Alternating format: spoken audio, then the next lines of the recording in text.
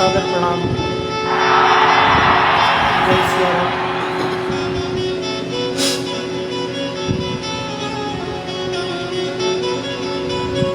श्री संकट मोचन हनुमान जी महाराज की कृपा से आज द्वितीय दिवस में हम सब लोग राम कथा में प्रवेश कर रहे हैं। क्योंकि प्रेरणा इन्हीं की है, कृपा इन्हीं की है।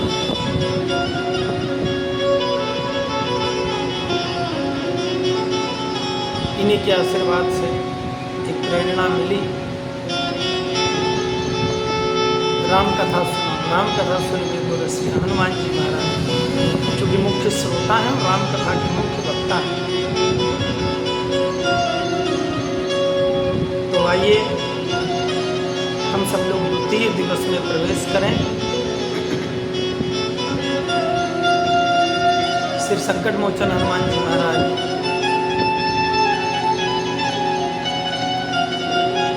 यद्यपि प्रथम दिवस की कथा हम आप सबके सामने नहीं रख पाए, अफसोस है, लेकिन आप सबसे मेरी प्रार्थना है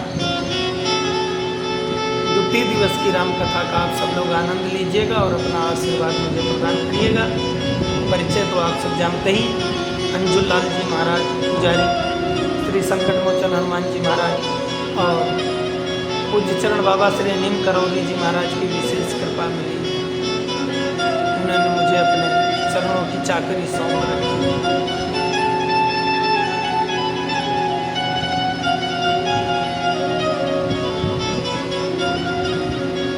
यद्यपि पात्रता तो नहीं है, लेकिन पूज्य पिताजी का आशीर्वाद बहुत काम कर रहा है। तो आप सभी दर्शन करें और कथा का रसपान करें। बहुत धन्यवाद।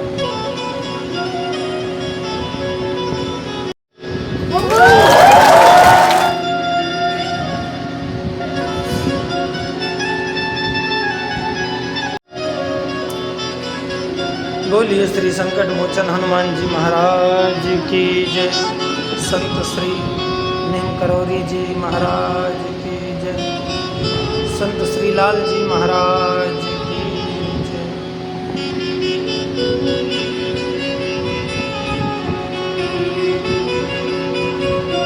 तो गोस्वामी जी ने जिस प्रकार से रामचरितमानस में कल की व्याख्या जो हुई, कल की जो चर्चा हुई,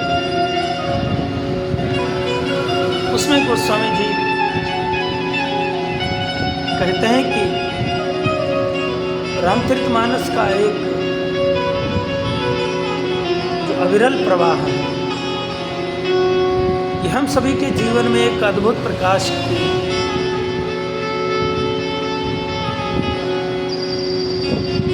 प्रकाश में रखता है। हमारा जीवन कैसा होना चाहिए, माता पिता के प्रति, समाज के प्रति हमारा क्या कर्तव्य होना चाहिए, ये रामचरितमानस अवगत कराते हैं। गोस्वामी जी वर्णानाम अर्थर संघानाम रसानाम छंदसामपि मंगलानाम च कर्तारो वंदे वाणी विनायक। प्रार्थना करते हुए आगे बढ़ते हैं। श्री सीताराम जी के चरणों की वंदना करते हुए और फिर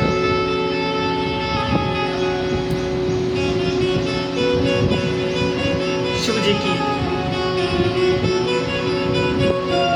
राम लक्ष्मण भरत शत्रुघ्न, सीता हनुमान, और फिर जीवन का बहुत ही महत्वपूर्ण पात्र जिसको हम सद्गुरु रूप से जानते हैं, सद्गुरुदेव भगवान की वंदना की, प्रार्थना की। प्रथम सोरठा लिखा गुरु जी की वंदना में, बंदौ गुरुपद कंज कृपा सिंधु नर रूप है,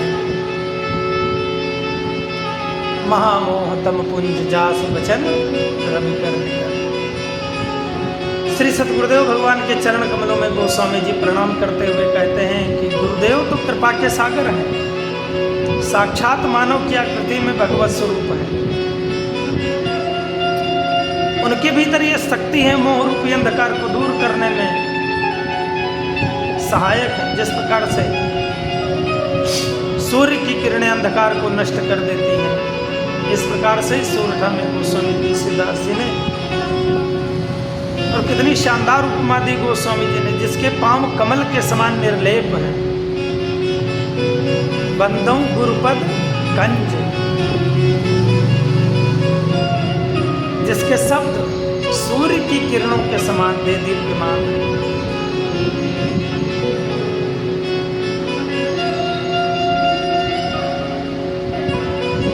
ऐसे तत्व का नाम गुरु है।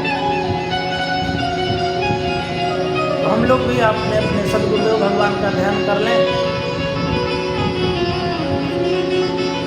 गुरु ब्रह्मा गुरु विष्णु गुरुदेवो महेश्वरा, गुरु साक्षात परब्रह्म तस्मै श्री गुरुवे नमः। अखंडमंडलाकारं व्याप्तं येन चराचरं, तत्पदं दर्शितं येन तस्मै श्री गुरुवे नमः। ध्यानमूलं गुरुमूर्ति, पूजामूलं गुरुपदं, मंत्रमूलं गुरुवाक्यं, मोक्षमूलं गुरुकृपा। बोलिए श्री सद्गुरुदेव भगवान की।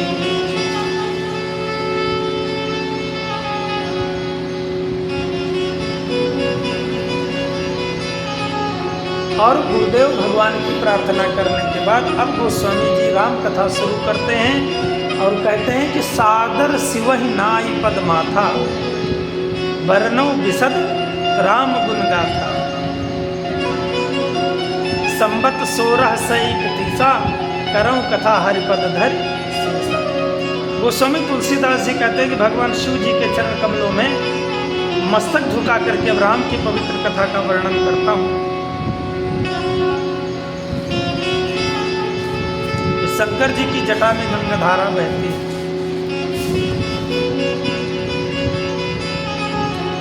और फिर उसकी महिमा का वर्णन करते हुए कहते हैं कि नवमी भवम बार मधुमासा अवधपुरी या चरित्र प्रकाश। जिस दिन राम जन्म अयोध्या में होता है तब तमाम तीर्थ अयोध्या में एकत्रित होते हैं। और जब कभी तीर्थ एकत्रित हुए तब इस कथा का सर्जन हुआ। शरणागति के घाट पर बैठ करके तुलसीदास जी ने इस कथा का प्रारंभ किया। और सबसे बड़ी तो कृपा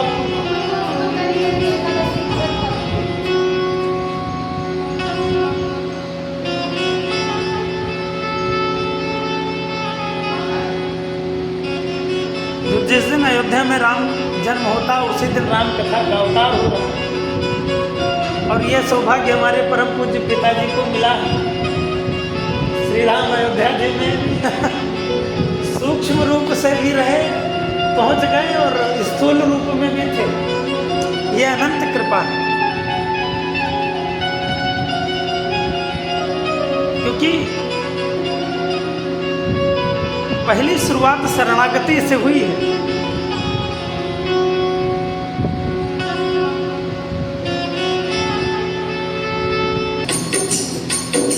तो यहाँ से श्री गोस्वामी तुलसीदास जी महाराज प्रारंभ करते हैं और वो कहते हैं, भरद्वाज मुनि बसहि प्रयागा, भरद्वाज मुनि बसहि प्रयागा, तिनहि राम पद अति अनुरागा, तिनहि राम पद अति अनुरागा।